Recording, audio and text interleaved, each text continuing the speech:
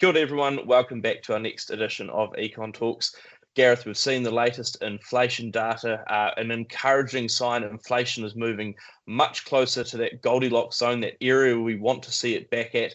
The Reserve Bank wants inflation to be between 1% and 3%. It's been a long way away from that for much longer than we'd like.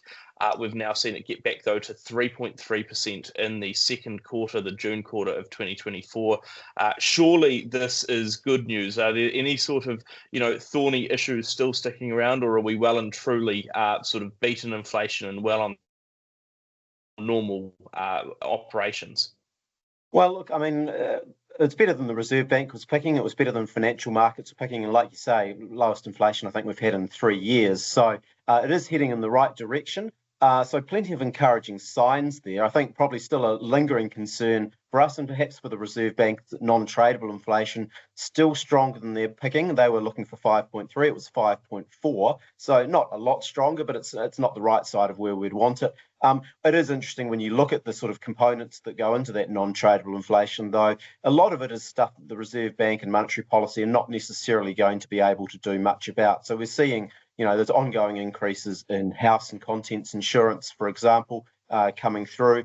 Rents are rising at their fastest rate in over 20 years, probably. So there's pressures there. And to be fair, monetary policy could maybe do a little bit about that, but a lot of it is, of course, just a function of the strong migration that we've had over the last year as well. So it's a question for me, I think, of how much the Reserve Bank looks at it and goes, oh, it's a problem, the sticky domestic price pressures versus it's the kind of stuff we need to look through because monetary policy can't directly influence it. And when we look at the broader basket of the stuff that we can have a bit more control over, at least, then that is heading in the right direction. And when you look forward over the next 12 to 18 months, inflation is going to continue to moderate, in our view. And it could well be, even by the end of this year, you've got inflation running at close to 2.5%. Now, that's not just sneaking inside the target band, that's getting well inside it. So the signs are good, I think, there in terms of what the Reserve Bank will be looking for, with a couple of caveats around the outside.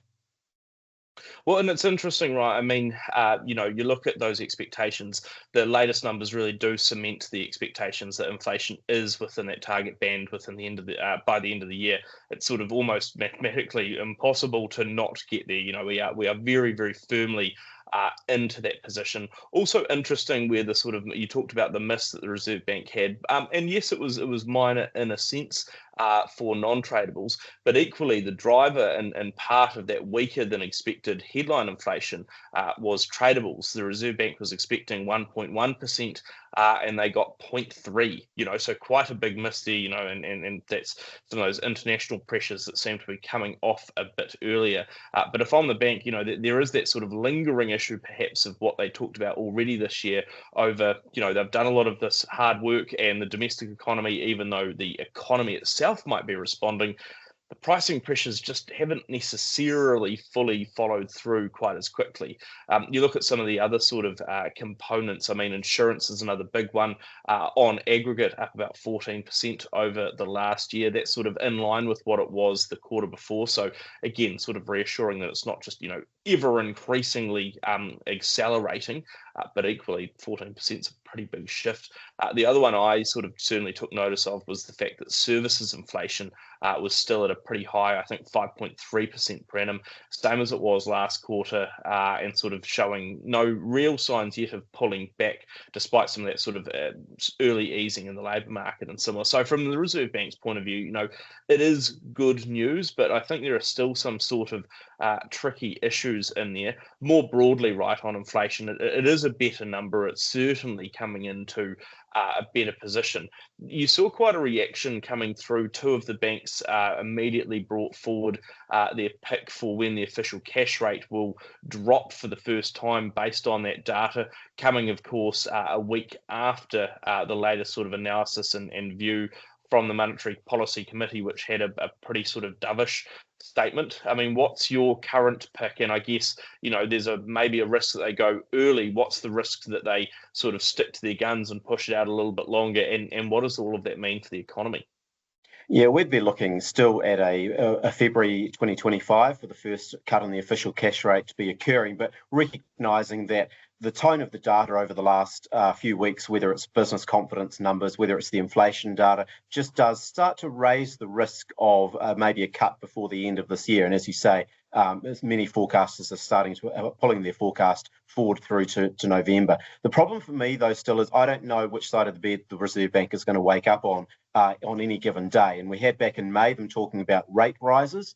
And certainly their forecast at that time showed the official cash rate not being cut until the September quarter of next year.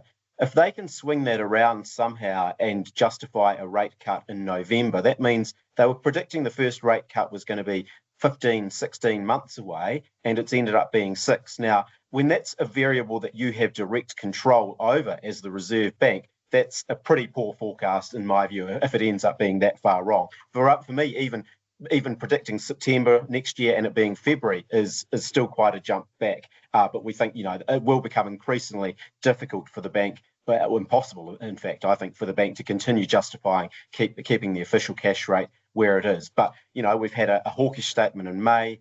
We've had a dovish statement in July. I don't know what they're going to be thinking when they come around to August and just what that will show either. So it's very difficult. I think more broadly, though, when we look at the timing of when that interest rate cut may occur, we know that through the course of this year, businesses have been reporting weaker demand and softer demand conditions. And households continuing to come under pressure from high mortgage rates, but increasingly from that weakening labour market as well. If you're not getting some sort of interest rate relief to any significant degree before the end of this year, it just raises the risk that you're pushing out the timing of any economic recovery, and moving out of this period of stagnation, flirting with recession that we have been in since the start of 2023. You're pushing out the timing of that even further. So, we're looking out to mid-2025, we think, before households start to get any real financial relief in terms of interest rates.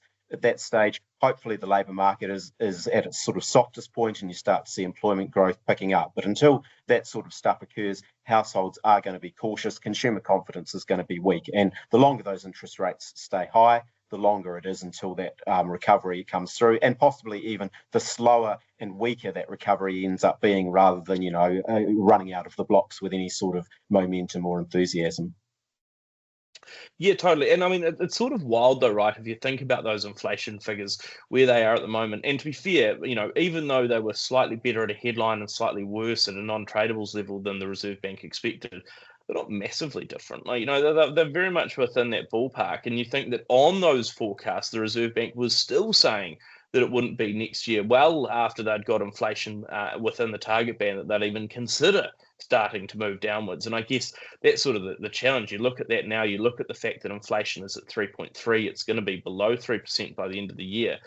Surely, if you're forward looking, you've got to move earlier than September next year. You're looking at that and you're going, well, I have actually done my job, because by the time roughly that I make my way through to a year's time, that lag that monetary policy takes, well, I am going to be there. I'm going to be pretty close to 2, and even if I'm not necessarily right on 2, I'm within the band, and that's a big shift from the last couple of years. So, like you say, that would seem to be more consistent with doing something sooner rather than later. But equally, they said, well, no, we're not going to do that. And at the moment, you've sort of got to take them at their word, at least, like you say, depending on what day you think they come out on. But if they do move it forward, potentially, what would that be, like 10 months in advance?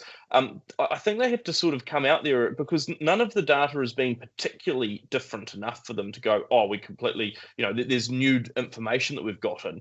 Most of your new information is pretty much what you thought it was going to be, broadly enough. You thought it was going to weaken and what have you, and it has. So in that case, someone sort of needs to come out and say, look, we stuffed one of them up. At some point, we've stuffed up a forecast and just got it completely wrong, and we don't know how we got there. Because even ourselves, right, at the time, we're like, whoa, what's going on here? I mean, we've just released our forecast. Sort of any other tidbits there? You sort of talked about that sort of potential weakness in the economy the longer we leave it. I mean, how bad is it looking if we do sort of leave it that long? Yeah, I mean, if we look at our GDP forecasts, GDP growth we think is probably about 0.2% at the moment on a year-end basis. By the end of next year, we're picking a GDP growth of 1.5%. So there is a gradual improvement, we think, coming through, but it is more into 2025 than in 2024, and then up to 2.5% growth out into 2026. So there is that sort of recovery path built in there. But when you look at activity on a per capita basis, you've done the numbers around that, and the economy on a per capita basis will be about 1.2% smaller in 2026 than it was in 2022. So that gives you a feeling for sort of how extended this period of sort of softness and recalibration is. It's worth mentioning that the 2022 result was highly overinflated by a whole lot of fiscal and monetary stimulus, and we were borrowing from the future to actually generate that sort of activity. So it wasn't sustainable, but it does still show that how much businesses and households have had to adjust from the sort of activity levels and the demand levels that they've become used to through the height of the pandemic, when money was pretty free and easy. Definitely. I mean, tough times ahead, like you say. Some green shoots around the corner, but there's a question over exactly when they fully start to show through, and when the Reserve Bank decides to either water them or trample down on those expectations a bit further. Who knows? Including themselves, probably not a lot of people. We'll continue to assess that, how interest rates go, how inflation trends, and how our expectations for the future go on one of our future editions of Econ Talks.